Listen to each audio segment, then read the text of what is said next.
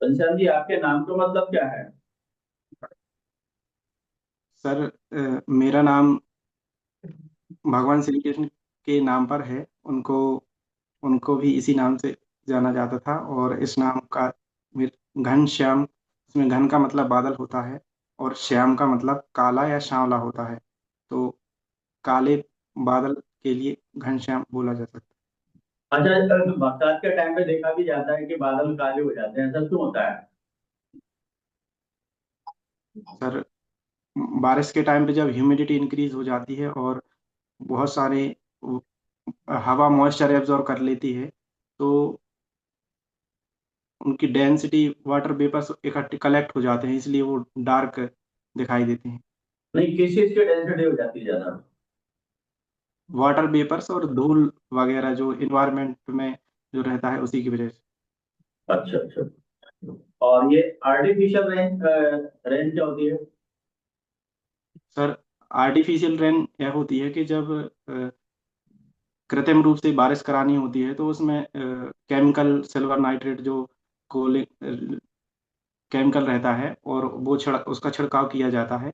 हाल ही में जो देखा भी गया था कि दिल्ली में एक आईआईटी कानपुर द्वारा एक प्रयोग किया गया था कृत्रिम बारिश कराने के लिए, जो ह्यूमिडिटी के कारण मौसम विपरीत परिस्थितियों के कारण सफल नहीं हुआ। लेकिन इसमें जब छिड़काव किया जाता है तो आयंस जो रहते हैं वो वाटर ड्रॉपलेट्स को चार्ज कर देते हैं, जिससे वो वाटर कंडेंस होके बारिश की बूंदों में बदल जाता है।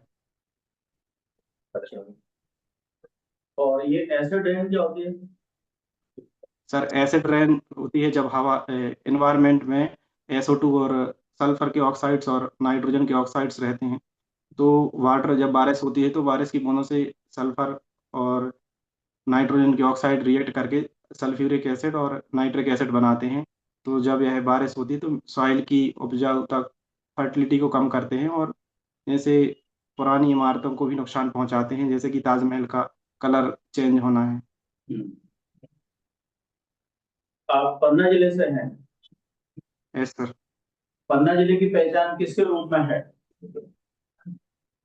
सर, पन्ना जिले की मुख्यतः पहचान महाराजा छत्रसाल की राजधानी के रूप में रहती है, लेकिन उसके साथ यह पन्ना टाइगर रिजर्व नेशनल पार्क जो 1984 में नेशनल पार्क और 1993 में टाइगर रिजर्व घोषित हुआ, और इसके साथ ही डायमंड की माइंस के लिए पन्ना देश भर में प्रसिद्ध है।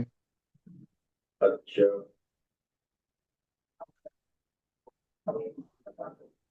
तो जो डायमंड होता है, यस सर। डायमंड और ग्रेफाइट दोनों कार्बन के अप्रूव है। Yes sir. उनके स्ट्रक्चर में क्या चेंज होता है कि एक एकदम से ऐसा है और दूसरा एकदम चमकीला? सर, डायमंड का स्ट्रक्चर कोवेलेंट और नेटवर्क टाइप होता है। जो डायमंड की कार्बन की यूनिट रहती है वो टेट्राहेड्रल यूनिट रहती है, जिसमें carbon carbon bond length 154 picometre रहती है। और ये बहुत इसका नेचर क्रिस्टलाइन और हार्ड रहता है। लेकिन ग्रेफाइट का जो स्ट्रक्चर, लेयर स्ट्रक्चर रहता है, इसमें बेंजीन की हेक्सागोनल रिंग्स रहती हैं जो स्लिपरी रहती हैं। इनके बीच में एक फ्री इलेक्ट्रॉन प्रेजेंट रहता है, जिससे वजह से इसका नेचर स्लिपरी रहता है और ये कंडक्टिंग नेचर का रहता है, इलेक्ट्रिसिटी कंडक्ट करता है। आपकी हॉबी है कैरियर गाइडेंस। है सर। तो आप क्या करते हैं इसमें, कैरियर गाइडेंस में? सर, करियर गाइडेंस और काउंसलिंग में सर मैं बचपन से और अपने स्कूल लाइफ से भी पार्टिसिपेट किया हूँ। और अपने जो जूनियर्स रहते हैं, अपने साथ वाले रहते हैं, जो भी, या फिर जहाँ से मैं बिलोंग करता हूँ वहाँ के बच्चे या स्टूडेंट्स जो भी मेरे से कभी हेल्प मांगते हैं, मैं उनको गाइड करता हूँ और उनके सामने एजुकेशन फील्ड से रिलेटेड जो समस्याएं रहती हैं उनको सभी तथ्यों को, संभावनाओं को, उनकी क्षमताओं को आकलन करके उनके सामने रखता हूँ, जिससे वो स्वतः निर्णय ले पाएं कि उनके लिए कौन सी चीज़ सही है और कौन सी चीज़ नहीं, फ्यूचर की संभावनाओं को देखते हुए। तो आप किसी स्टूडेंट को यदि मान लीजिए कैरियर से संबंधित गाइडेंस दे रहे हैं, तो सर, उसमें आप उनके बैकग्राउंड में क्या क्या चीजें देखते हैं? सर सबसे पहले मैं उनके इंटरेस्ट और फील्ड को देखता हूँ और उनकी जो क्षमताएं हैं, कैपेसिटी उनकी किसी यदि एजुकेशन से रिलेटेड है तो वो किस सब्जेक्ट्स में उनका पसंदीदा क्षेत्र रहा है और उनकी पर्सनल एबिलिटी क्या है, वो सारी चीज़ें देखता हूँ। और उस फील्ड में भविष्य की संभावनाओं को भी उनके सामने रखता हूँ, जिससे वो स्वतः निर्णय ले पाएँ। अच्छा, एमपी गवर्नमेंट के द्वारा स्कूल और कॉलेज लेवल पर कैरियर गाइडेंस के लिए एक अलग से प्रकोष्ठ बना होता है, अलग से सेल बना होता है, किस नाम से होता है? Sir Swami Vivekananda career counselling होता है शायद, एग्जैक्टली मुझे याद नहीं, लेकिन स्वामी विवेकानंद जी के नाम से होता जी जी। तो स्वामी विवेकानंद जी की यूथ के बारे में क्या अवधारणा थी? है। Sir Swami Vivekananda ji youth youth का प्रतिनिधित्व करते थे, और वो देश ये मानते थे कि युवा ही देश का भाग्य बदल सकता है, और वो हमेशा युवाओं को प्रोत्साहित करते थे, और वो युवाओं चाहते थे कि युवा बढ़ चढ़ कर भाग लें देश के निर्माण में। आपकी हॉबी कुकिंग है, यस सर। तो आप क्या बनाते हैं?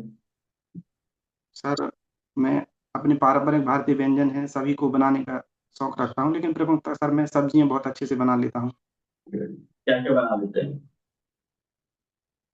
सर सब्जियों में सभी प्रकार की सब्जियां जो रोजमर्रा के जीवन में जो बनाते हैं। नहीं, रोजमर्रा में मुझे क्या पता आप क्या खाते हैं, आप तो बताएंगे तभी तो मुझे पता चलेगा। सर सारी सब्जियां में नहीं, सारी नहीं सारियों वगैरह। है। सब्जी के नाम बताएं, कौन कौन सी सब्जी बना लेते हैं? सर मैं सबसे अच्छे से सभी प्रकार की पनीर पनीर की सब्जी बना लेता हूँ, और पनीर के अलावा और मिक्स वेज, बाकी सारी सब्जी मिक्स वेज बनाते हैं आप? ऐसे। तो मिक्स वेज में कौन कौन सी सब्जियां डालते हैं आप? सर उबले आलू और बैगन को पकाकर उसमें गोभी भी डाल देते हैं सर, उसमें बनाते हैं, गोभी को भी उबाल कर बनाए। मिक्स वेज में गोभी और बैगन और आलू? हाँ, और टमाटर तो डाला ही जाता है अच्छा, इसीलिए। टमाटर डाला जाता है। चलिए, तो आप साइंस के स्टूडेंट हैं, तो जितनी सब्जियां आपने डाली है ना, तो उन सारे सब्जियों की साइंटिफिक नाम बताइए आप। सर सब्जियों के साइंटिफिक नेम, सॉरी सर मुझे एग्जैक्टली नहीं पता, बट केमिकल जैसे टमाटर में लाइकोपीन प्रेजेंट होता है केमिस्ट्री की दृष्टि से, बाकी मुझे उसका साइंटिफिक नेम नहीं पता। चलिए ठीक है, तो केमिस्ट्री बता दीजिए, आपकी सब्जी में केमिस्ट्री कहाँ कहाँ लग रही है आपकी? सर जो आलू रहता है सर उसमें स्टार्च और कार्बोहाइड्रेट बहुत ज़्यादा मात्रा में पाया जाता है सर, और गोभी भी उसका उसका एक अच्छा सोर्स है स्टार्च का, और टमाटर में लाइकोपीन नाम का केमिकल पाया जाता है जिसकी वजह से उसका रंग लाल और साइट्रिक खट्टा रहता है। तो सर एग्जैक्टली नहीं याद, साइट्रिक एसिड तो नहीं। अ, और सर मिर्च वगैरह डाली जाती है उसमें, सबसे ज़्यादा विटामिन सी रहता है। अच्छा, चलिए ठीक है। अच्छा भाई, कल का दिन अयोध्या के लिए क्या खास था? सर कल अयोध्या में सर झंडा फहराया गया है, और इसे माननीय प्रधानमंत्री जी द्वारा क्या कराया गया अयोध्या मतलब? के। नेशनल फ्लैग, राष्ट्रीय नो झंडा? सर वो उनका मंदिर का उनका पताका जो है झंडा ध्वज लहराया गया है। हम्म। हम्म, तो उस ध्वज पर क्या, धार्मिक। ध्वज पर क्या क्या अंकित था, क्या क्या बना हुआ था? सर मुझे एग्जैक्टली याद नहीं सर, एक शायद पेड़ था, उस पेड़ का नाम नहीं पता किस चीज का पेड़ है। और पेड़ के अलावा कुछ? शायद सर सूर्य। सर और एग्जैक्टली। और क्या था? और भी कुछ था? ओम का चिन्ह था शायद। तुम चिंता, ठीक है। आज 26 नवंबर है, यस सर। तो इस सर दिन को आज 26 नवंबर को किस रूप में किया जाता है? सर आज 26 नवंबर संविधान दिवस के रूप में मनाया जाता है, क्योंकि 26 नवंबर 1950 को अपना संविधान स्वीकार किया गया था, और आज छब्बीस डॉक्टर नवंबर हरि सिंह। 26 नवंबर 1950 को। हाँ लागू हुआ था, और उसे 1949 को एक्सेप्ट किया गया। अच्छा अच्छा। और किस रूप में याद किया जाता है 26 नवंबर को? डॉक्टर हरि सिंह गौर की 156 बर्थ एनिवर्सरी है। और कोई दुर्घटना भी हुई थी क्या? सर ये सर 26/11 सर वो अटैक हुआ था वो। कब हुआ था? 26/11? 26/11 सर, ईयर याद नहीं सर, 2009 या फिर 13 2008 में हुआ था। चलिए ठीक है। प्रज्ञान जी, डॉक्टर। Yes sir. ये बताइए, कॉस्मेटिक्स जो होते हैं उसमें किस किस तरह के केमिकल्स का हम यूज करते हैं? यस सर, कॉस्मेटिक्स में सर सबसे पहले जो स्किन केयर प्रोडक्ट रहते हैं सर, उनमें अ, बहुत सारे इन स्किन प्रोडक्ट्स में सैलिसिलिक एसिड पाया जाता है, जो स्किन और विटामिन रहते हैं सर, प्रोटीन रहते हैं, विटामिन या प्रोटीन सर उनमें रहते हैं, मेनली विटामिन रहता है जो पाया जाता है। और एग्जैक्टली मुझे केमिकल्स के नेम नहीं याद। अच्छा, ये बताइए कि आपका बैट इक्वेशन क्या होती है? Yes sir. BET equation. Sir surface chemistry में sir BET equation surface area निकालने में यूज होती है। तो वो होती क्या है उसका, वो क्या रहता है, इक्वेशन क्या रहती है वो? सर इक्वेशन एग्जैक्टली याद नहीं आ रहा है बट। चलिए, ये बताइए, बफर सॉल्यूशंस क्या होते हैं? सर बफर सॉल्यूशन वह सॉल्यूशन होते हैं जो अपने आप उनमें किसी भी प्रकार के पीएच को चेंज को रजिस्ट करते हैं, रोकते हैं। अच्छा, पीएच से आपका क्या मतलब है? सर पीएच से मतलब ये है कि एच आयन के कंसंट्रेशन से उसमें चेंज को रोकते हैं वो अपने आप में। अच्छा, ठीक है। ये नॉस्ट इक्वेशन क्या? सर ननस्ट इक्वेशन सेल का इलेक्ट्रोड पोटेंशियल निकालने में यूज होती है सर, जिसमें E cell equal to E naught plus 2.303 RT/NF log वो oxidant divide by reductant type का जो फॉर्मूला होता है ये यूज होता है। अजय बताइए कि जैसे डी ब्लॉक के जो एलिमेंट्स होते हैं उनका ऑक्सीडेशन किस तरीके का होता है, ऑक्सीजन स्टेट? सर उनकी वो वेरिएबल ऑक्सीडेशन स्टेट शो करते हैं, जिसमें से +1 से लेकर मैक्सिमम ऑक्सीडेशन स्टेट जैसे Mn+7 शो करता है, और जिसकी वजह से वो कलर भी जनरेट करते हैं। अच्छा, इनका मैग्नेटिक बिहेवियर किस तरीके का होता है? सर मोस्टली इनका मैग्नेटिक बिहेवियर पैरा मैग्नेटिक होता है। अच्छा, ये बताइए, जैसे दो मैग्नेट्स के हम सेम सिरे जो होते हैं हमारे, जैसे मान लीजिए एक दो मैग्नेट्स के सेम सिरे, जैसे नॉर्थ नॉर्थ और साउथ साउथ को अगर हम मैच करने की कोशिश करते हैं तो ये दूर जाते हैं, इसका कारण क्या होता है? सर जैसे नॉर्थ और साउथ पोल हैं, तो यदि सेम को मैच करने की कोशिश करते हैं तो जो मैग्नेटिक रेडिएशंस रहती हैं, मैग्नेटिक फील्ड लाइंस रहती हैं, वो दोनों ही उस पोल से एंटर कर रही होती हैं। और सर जो उनके सेम चार्ज, उसको अपन एक सेम चार्ज की तरह ट्रीट कर सकते हैं जो रिपल करते हैं। तो इसमें रिपल्शन होता है? Yes sir. अच्छा, ठीक है। ये बताइए,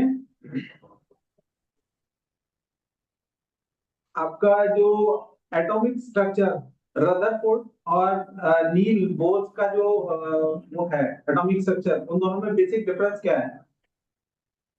सर रदरफोर्ड और नील्स बोर के एटॉमिक स्ट्रक्चर में बेसिक डिफरेंस यह है कि रदरफोर्ड ने जो एटॉमिक लिमिटेशंस थे, जैसे कि जिन्हें बता कि जब इलेक्ट्रॉन एक सर्कुलर पाथ में ऑर्बिट में घूमता है तो वह इलेक्ट्रोमैग्नेट मतलब एनर्जी लूज कर सकता है in presence of magnetic field line से आप, तो वो उसको न्यूक्लियस में मर्ज हो जाना चाहिए था, लेकिन और उनने ये भी नहीं बताया कि आउट इलेक्ट्रॉन का डिस्ट्रीब्यूशन नहीं बताया कि सेल्स में कैसा रहेगा।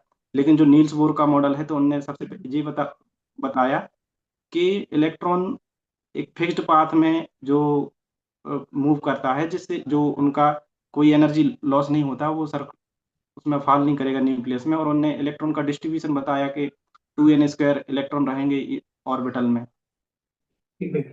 अजय बताइए, ऑर्बिट और ऑर्बिटल में क्या डिफरेंस होता है? सर ऑर्बिट और ऑर्बिट सर एक उसका शेप बताता है, और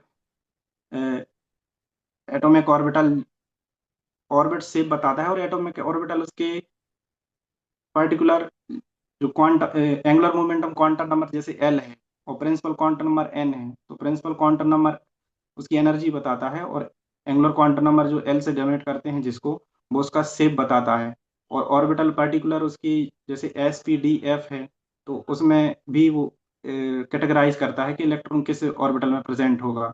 और एक मैग्नेटिक क्वांटम नंबर होता है जो ऑर्बिटल क्वांटम नंबर को फर्दर क्लासिफाई करता है। चलिए ठीक है। मैम जाननी good afternoon. Yes sir, yes ma'am.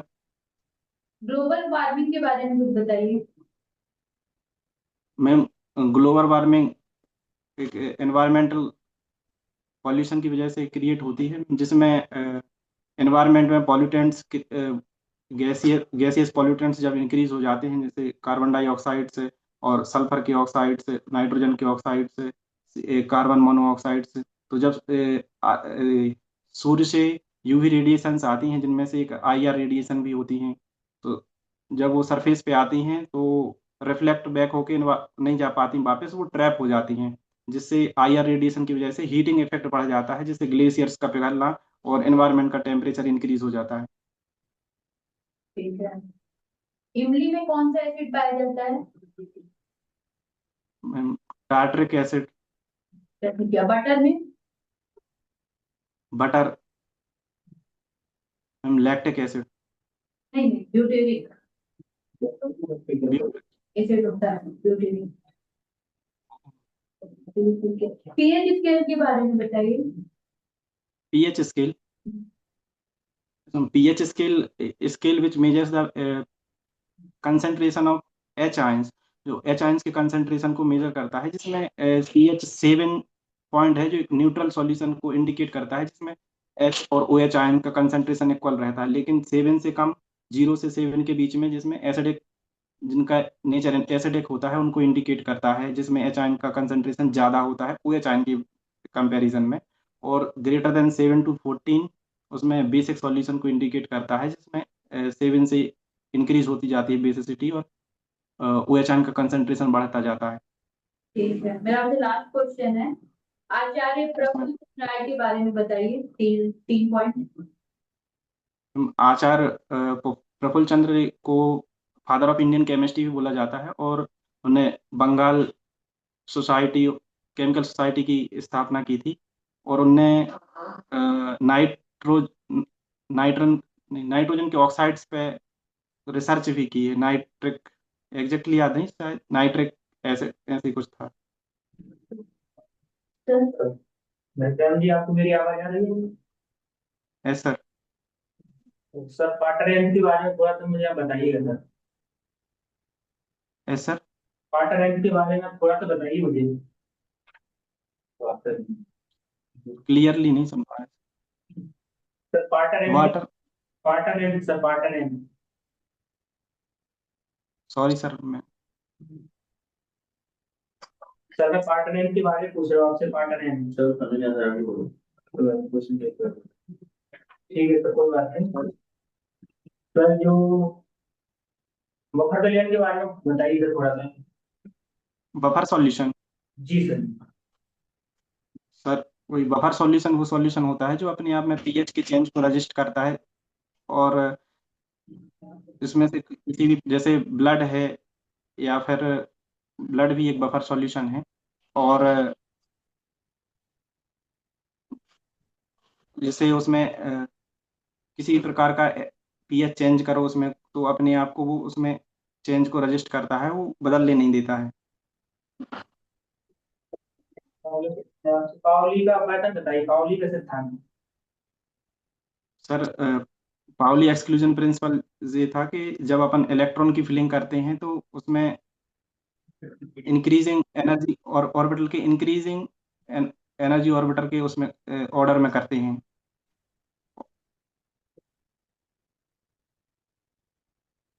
और सर जब तक जैसे जैसे प्रिंसिपल क्वांटम नंबर और एजीमुथल क्वांटम नंबर की वैल्यू का सम यदि सेम हो किन्हीं दो ऑर्बिटल्स के लिए, तो पहले जिसमें principal quantum number lower principal quantum number वाले में इलेक्ट्रॉन फिलिंग पहले होगी।